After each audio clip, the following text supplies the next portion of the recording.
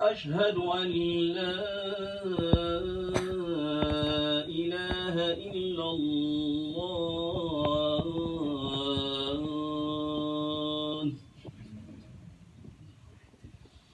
أشهد أن محمدا رسول الله.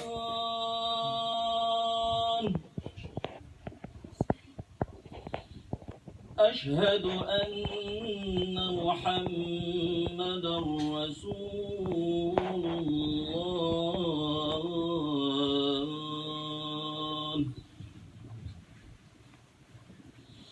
حي على الصلاة.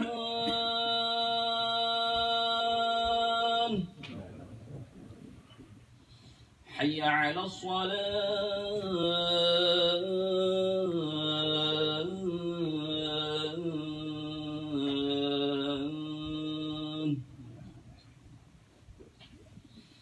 حي على الفلاح.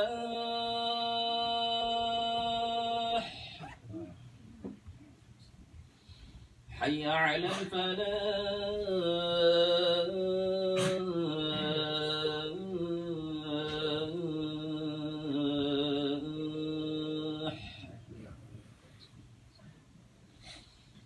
الله أكبر.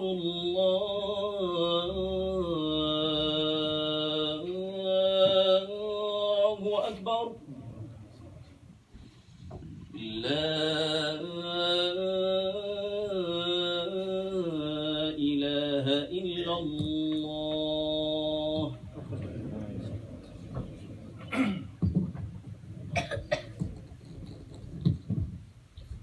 الحمد لله رب العالمين، نحمد الله ونستعينه ونستغفره ونتوب إليه، ونعوذ بالله من شرور أنفسنا ومن سيئات أعمالنا، فمن يهده الله فلا مضل له ومن يضلل فلا هادي له، وأشهد أن لا إله إلا الله وحده لا شريك له، وأشهد أن محمدا عبده ورسوله، وصلوات الله وسلامه عليه وعلى أهل بيته الطيبين الطاهرين وعلى أصحابه الكرام الغر الميامين العلماء العباد وعلى التابعين لهم بإحسان إلى يوم الدين. يا أيها الذين آمنوا اتقوا الله حق تقاته ولا تموتن إلا وأنتم مسلمون. يا أيها الناس اتقوا ربكم الذي خلقكم من نفس واحدة وخلق منها زوجها وبث منهما رجالا كثيرا ونساء، واتقوا الله الذي تساءلون به والأرحام إن الله كان عليكم رقيبا. يا أيها الذين آمنوا اتقوا الله وقولوا قولا سديدا يصلح لكم أعمالكم ويغفر لكم ذنوبكم، ومن يطع الله ورسوله فقد فاز فوزا عظيما. أما بعد، أيها الأحباء في الله، أيها الأحباء في الله، أيها الأخوة في الإسلام، طبتم وطاب ممشاكم وتبوأتم من الجنة منزلا، وجمعني الله إياكم عند مستقر رحمته في جنات النعيم مع حبيبنا وقدوتنا محمد المصطفى عليه أفضل الصلاة والسلام. جعلنا الله نحيا على سنته ونموت على ملته ونحشر في زمرته وتحت لوائه وننال شفاعته ونشرب من حوضه الشريف شربة لا نزمع بعدها أبدا. Alhamdulillah, louange à Allah, Seigneur de l'univers, ce précieux mois que nous avons accueilli depuis quelques semaines touche à sa fin. Il convient alors à chaque croyant de redoubler l'ardeur dans l'adoration d'Allah, car ce mois est plein de bénédictions et plein de bienfaits, mais il puise cette bénédiction et ces bienfaits dans le fait que c'est durant ce mois qu'il y a eu la descente du Coran. Le Très-Haut dit شهر رمضان الذي أنزل فيه القرآن هدى للناس وبينات من الهدى والفرقان ومن شهد منكم الشهر فليصمه. Donc nous gênons ce mois parce qu'il y a eu la descente du Coran durant ce mois. Donc c'est la bénédiction du Coran. Donc c'est important de redoubler l'ardeur dans l'adoration d'Allah quand il touche à sa fin. Car le prophète sallallahu alayhi wa sallam, Man sama ramadana imanan wa ihtisaban, ghufira lahu ma taqaddama min dhanbi.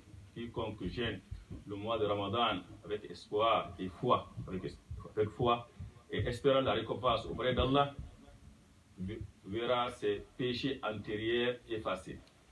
وَمَنْ قَامَ رَمَضَانَ إِيمَانًا وَاحْتِسَابًا غُفِرَ لَهُ مَا تَقَدَّمَ مِنْ ذَنْبِهِ. Celui qui veille aussi les nuits aussi aura la même récompense. Mais cette descente a eu lieu à une seule nuit. Et cette nuit, c'est Laylatul Qadr. C'est la nuit la plus importante. Celui qui veille cette nuit aussi, non seulement aura ses péchés antérieurs effacés, mais aura aussi une autre récompense. Car le Très vous dit, Inna anzalnahu fi laylatin mubaraka. Nous l'avons fait descendre à une nuit bénie. Quand on dit bénie, ça veut dire vraiment ses bienfaits sont immenses. Ils sont immenses, il dit Laylatul Qadr khayrun min alf shahr. Il est meilleur que 1000 mois. Celui qui veille cette nuit, il aura la récompense d'une personne qui aura consacré sa vie entièrement à l'adoration d'Allah. Et que cette personne aura vécu 83 ans. 83 ans. Donc c'est une récompense immense. Et cette nuit ne se trouve pas au début, comme le prophète sallallahu alayhi wa sallam, se trouve souvent à la fin. C'est ainsi la règle d'Allah dans cette vie. Le meilleur d'une chose se trouve à la fin. Ainsi, même dans notre vie quotidienne, quand tu entames une relation commerciale, même dans une carrière, dans la politique ou les études, la fin vaut mieux que le commencement. Comment tu finis ta carrière? Comment tu finis tes études?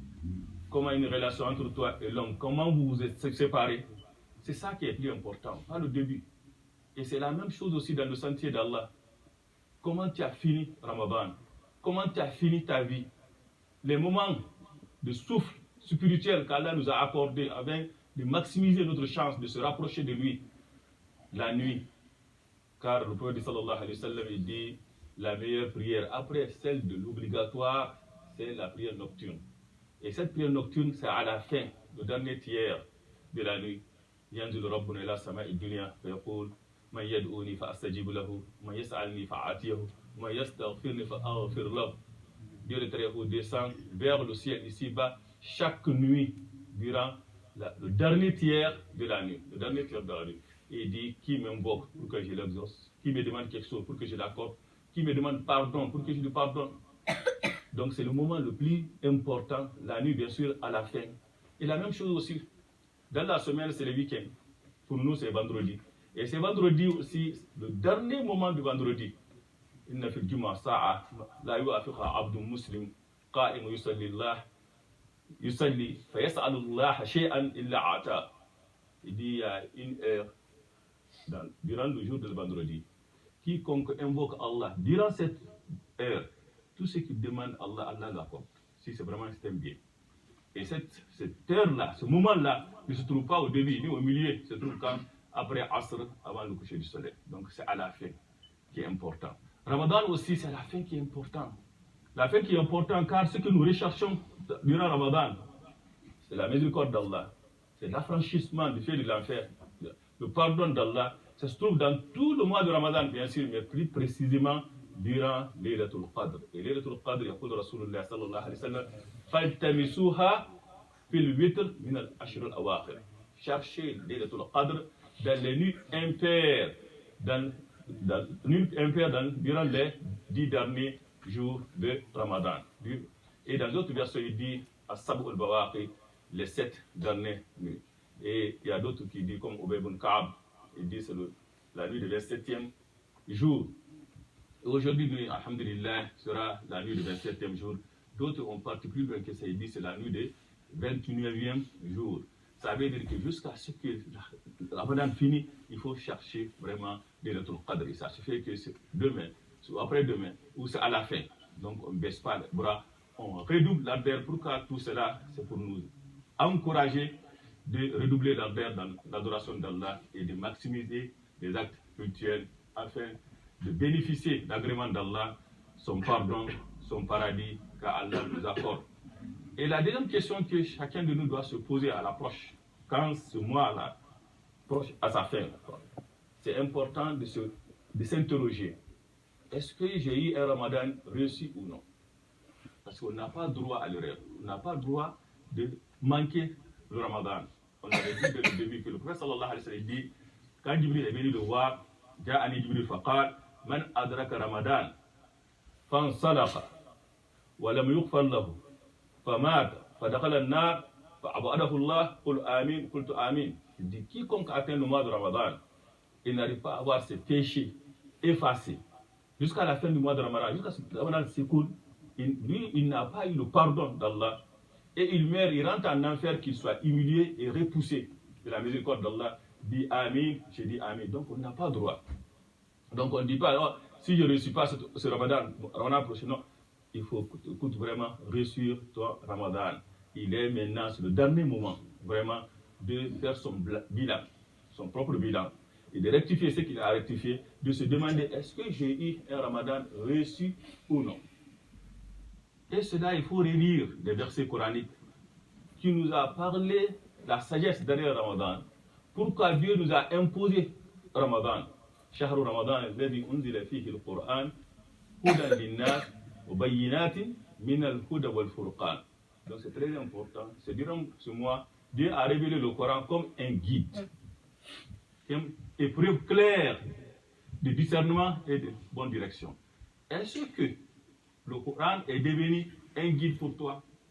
Est-ce que le Coran est venu pour toi un discernement?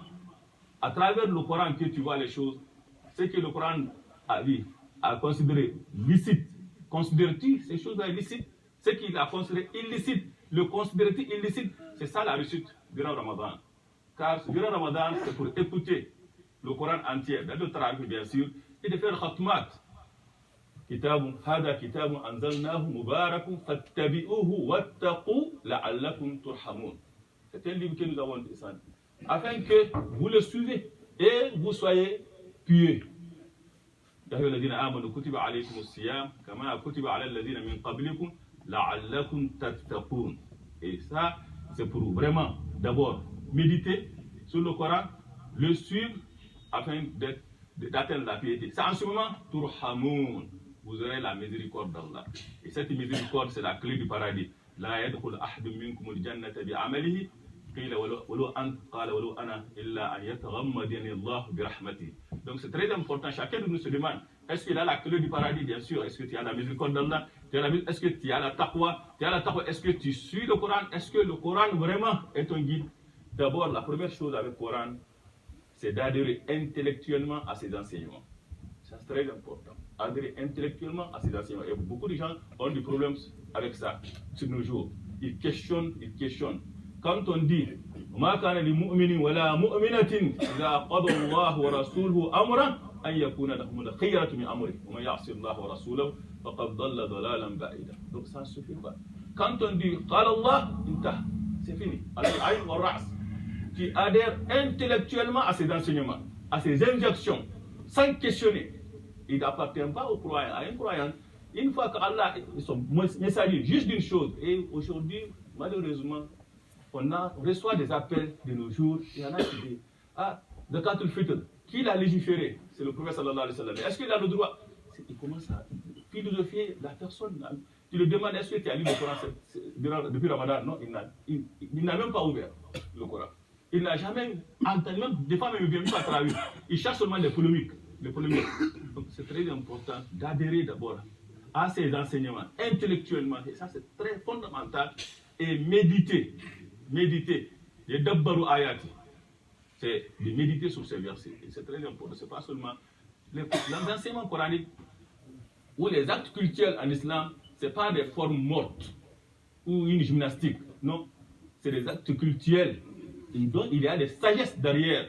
Donc le but est quoi? C'est de parfaire le comportement, le caractère de la personne. C'est ça le but, objectif.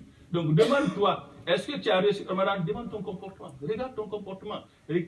Demande-toi même, qu'est-ce que le Coran est pour toi? لا يسأل أحدكم عن نفسه إلا بالقرآن فإذا كان يحب القرآن فإنه يحب الله ورسوله وإن كان لا يحب القرآن فإنه يبغض الله ورسوله والعياذ بالله. Que chacun de vous se juge à la lumière du Coran. Si tu aimes le Coran, sache que tu aimes Allah et son prophète. Et comment on peut savoir? إنما نزل القرآن ليؤمن به فاتخذ الناس قراءته عملا به. Le Coran a été révélé pour que nous le prenions guide. Hudan linnas, qu'il soit un guide. C'est ça le Coran a dit. Quand il a dit que Ramadan nous a été légiféré, que le Ramadan est béni parce qu'il a eu la descente. Et cette descente, c'est quoi? Pour prendre le Coran comme un guide. Hudan, linnas, bayinat min al-huda. Donc c'est important. Regarde ce que tu as lu dans le Coran. Tu as écouté l'imam réciter. Et tu as dit, dans ta vie conjugale,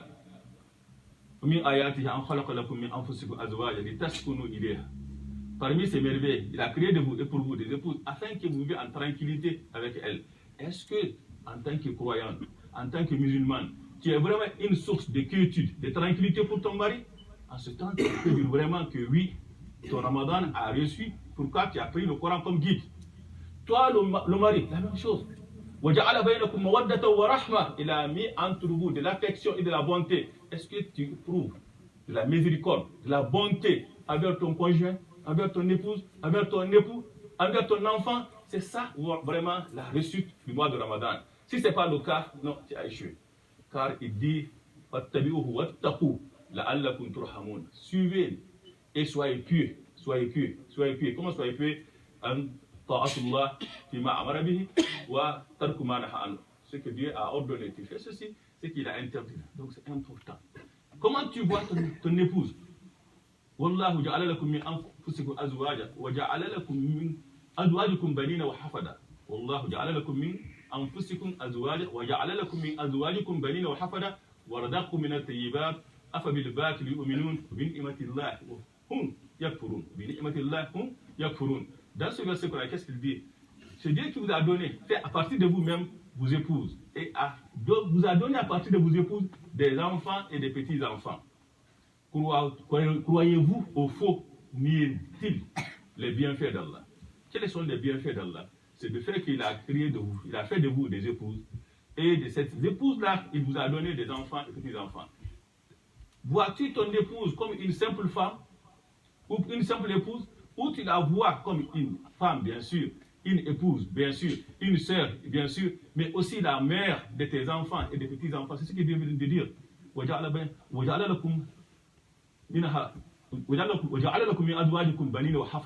a donné à partir de vos épouses des enfants et des petits-enfants. Donc, il faut réfléchir. Car il dit dans le verset que nous avons cité au début, les qawmin yatafakkaroun auront cette miséricorde, cette compassion, cette affection dans leur vie conjugale des gens seulement qui réfléchissent. Et réfléchir quoi? À la lumière du Coran. À la lumière du Coran. Donc, demande-toi, Ya ayyuhalladhina amanu la ta'kulu amwalakum bainakum bil batil illa an takuna tijaratan an taradin minkum.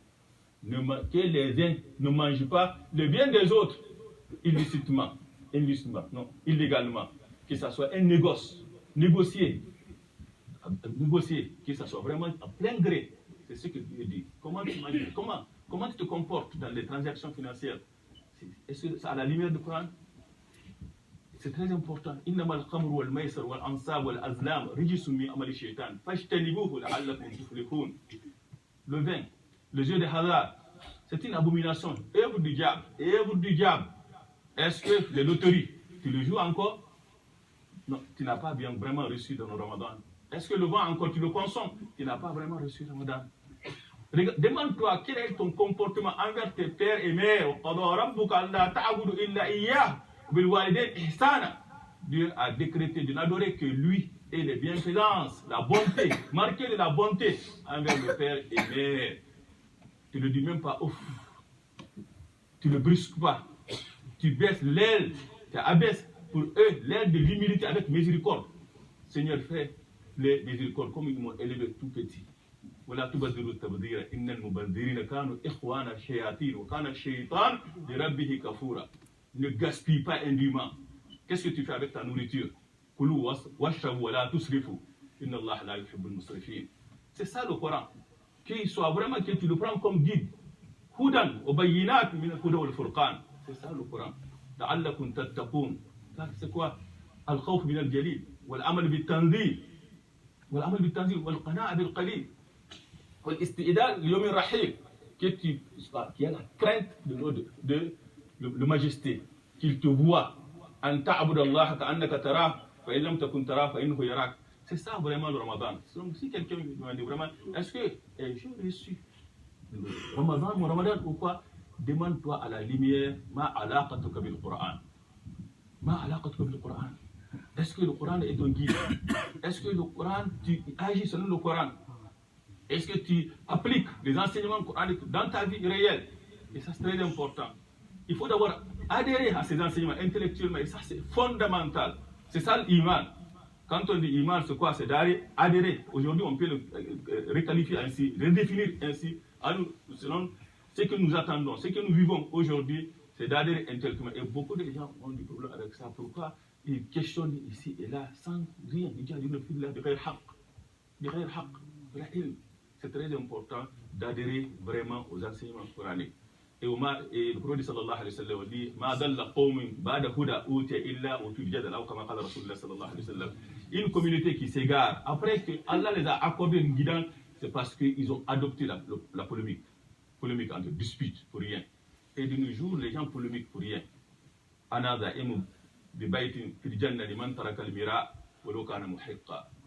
ببيت في وسط الجنة لمن ترك الكذب ولو كان مازحا وببيت في أعلى الجنة لمن حسن خلقه. وقول قولي هذا واستغفر الله لي ولكم واستغفروا إنه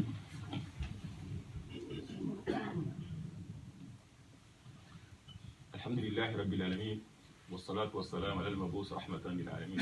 تقول عائشة رضي الله عنها كان النبي صلى الله عليه وسلم إذا دخل العشر أحيا الليل وأيقظ أهله وجد شد المئذر.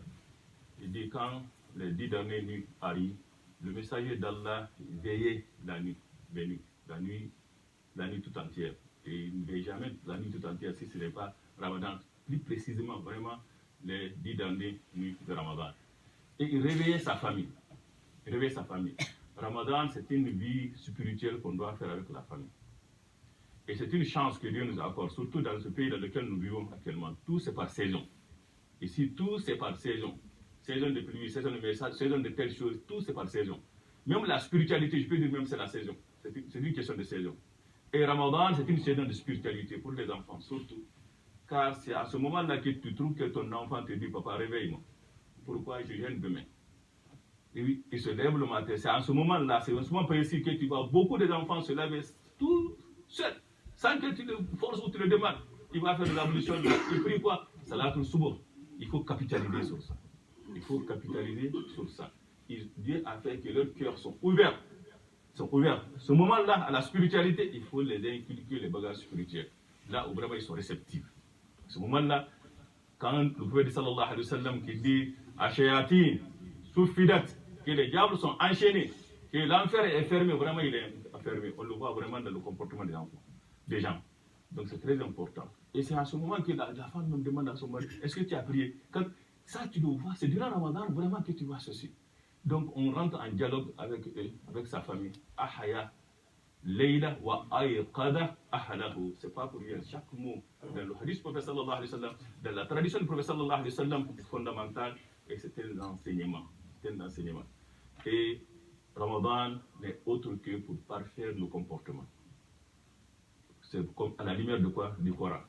سئلت عائشة رضي الله عنها كيف كان خلق رسول الله صلى الله عليه وسلم قالت كان خلقه القرآن. On demande à Aïcha رضي الله عنها comment était le comportement du messager d'Allah. Il dit as-tu lu le Coran? Il dit oui, c'était le Coran. C'était vraiment le Coran. Donc le Coran doit être vraiment notre comportement. Et le prophète sallallahu alayhi wa sallam dit أكثر ما يدخل الناس الجنة تقوى الله وحسن الخلق. Ce qui fait entrer plusieurs personnes au paradis, c'est quoi? C'est la piété, comme vient de dire, entre toi et ton Seigneur, et husnul khuluq, entre toi et tes semblables. Ça va de pair. On ne peut pas se dire, ah, moi je prie des trucs comme ça et ton comportement avec les gens ne sont pas bons. Non. Tu ne peux pas dire aussi que j'ai le bon comportement avec les gens alors qu'avec Allah ça ne marche pas. Non. Ça va de pair. Si tu crains Allah, ça se reflète impérativement sur ton comportement avec ton vis-à-vis. Ittaqillah haythuma kunt wattabi as-sayyi'ata al-hasana tamhuha wa khaliq an-nas bi khuluqin hasan. Crains Allah où que tu sois. Donc la crainte d'Allah, ce n'est pas seulement durant Ramadan ou quand je jeûne. Non, c'est durant toute l'année. C'est très important. يا الذين آمنوا اتقوا الله حق تقاته ولا تموتن إلا وأنتم مسلمون. Ne mourrez qu'en celui, et je viens de dire que la fin vaut mieux que le commencement. C'est très important. Et cette année, malheureusement, il y a eu beaucoup de divergences entre les imams concernant Al-Eid. Al-Eid. Il y en a qui se basent sur le calcul pour définir quand aura lieu Al-Eid, d'autres la vision. Ceux qui prennent le calcul comme méthode, comme base, ils avaient dit avant que c'est ce que nous avons entendu, avant que le Ramadan commence. Tout récemment, il y a une autre étude aussi, idée. En tout cas, ils ont conclu que Yom al-Ithnain, c'est impossible la vision de la lune. Donc, impérativement, Yom al-Arba, pour eux, je dis bien pour eux, c'est pas pour eux, Yom al-Arba sera vraiment le jour de Eid. Et ceux qui adoptent la vision, et on attend jusqu'à Yom al-Ithnain. Yom al-Ithnain, quand on voit, alhamdulillah, on fait Eid, Yom al-Thulatha. Si on ne voit pas, c'est Yom al-Arba. C'est ça que Majlis al-A'immat Québec a pris comme méthode, Inch'Allah, à adopter. Et à Majlis al-A'immat Laval ont adopté d'autres idées. Donc, vous allez trouver qu'il y a beaucoup de divergences entre les savoirs religieux. Voici pour quelle raison ceux qui ont adopté le calcul, ils ont dit qu'il est impossible de voir la lune lundi. Donc, pour eux, très probablement, c'est mercredi. Ceux qui adoptent la vision, ils ne peuvent pas décider jusqu'à ce qu'on voit la lune. Et c'est quand on va chercher la lune, c'est Yom al-Ithnain. Donc, on dit, dans cette mosquée, c'est ça. La mosquée ici attend que Yom al-Ithnain, vous pouvez contacter le soir et voir si on a vu la lune, ça sera Thulatha. Si on ne voit pas la lune, ça sera, Inch'Allah, Yom al-Arba'a. Et il y aura 3 prières, sessions de prière, Inch'Allah. Nous allons commencer cette année un peu tôt, à 7 heures, pour qu'il y ait des enfants peut-être qui vont aller à l'école, qui peuvent passer prier avant d'aller à l'école. ربنا تقبل منا انك انت السميع العليم وتب علينا يا مولانا التواب الرحيم اهدنا فيما هديت وعافنا فيما عافيت وتولنا فيمن توليت وبارك لنا فيما عافيت واصرف عنا سوء ما قريت انك تقضي ولا يقضى عليك انه لا يذل من حليت ولا يعز من عاديت بيدك الخير كله يا رب العالمين الراحمين اللهم اغفر لنا من خشيتك ما تكون به بيننا وبين معاصيك ومن طاعتك ما تبلغنا به جنتك ومن اليقين ما تحول به علينا مصائب الدنيا ومتعنا باسماعنا وازواجنا وذريتنا ابدا ما ابقيتنا واجعله الوارث منا واجعل ثارنا على من ظلم وانصرنا على ما عادانا يا رب الرحمن الرحيم اللهم لا تجعل هذا الشهر اخر احد بك يا رب العالمين اللهم إنا نحصل على رمضانات كثيرة يا رب الرحمن الرحيم وأعتق رقابنا من النار يا رب الرحمن الرحيم اللهم تقبل منا صيامنا وقيامنا وركوعنا واجعلنا مقبولين عندك ولا تردنا خائبين يا رب الرحمن الرحيم اللهم إنا نسألك الجنة وما قرب إليها من قول وعمل ونعوذ بك من النار وما قرب إليها من قول وعمل يا رب الرحمن الرحيم نسألك كل خير سألك به نبيك حبيبك محمد المصطفى صلى الله عليه وسلم ونعوذ بك من كل شر استعاذك منه نبيك حبيبك محمد المصطفى صلى الله عليه وسلم وألف بين قلوبنا وأصلح ذات بيننا اللهم اشف مرضانا ومرضى المسلمين جميعا اللهم اغفر لموتانا وموتى المسلمين جميعا اللهم اغفر وارحمنا اذا سرنا الى ما صاروا اليه اللهم اصلح ازواجنا وذرياتنا واجعلهم قرة اعين لنا واجعلنا للمتقين اماما يا رب الرحمن الرحيم اللهم انا نسالك حسن الخاتمه وحسن العاقبه يا رب العالمين يا ارحم الراحمين قوموا الى الصلاه يرحمكم الله. Donc, Inch'Allah, aujourd'hui, nous avons un petit pour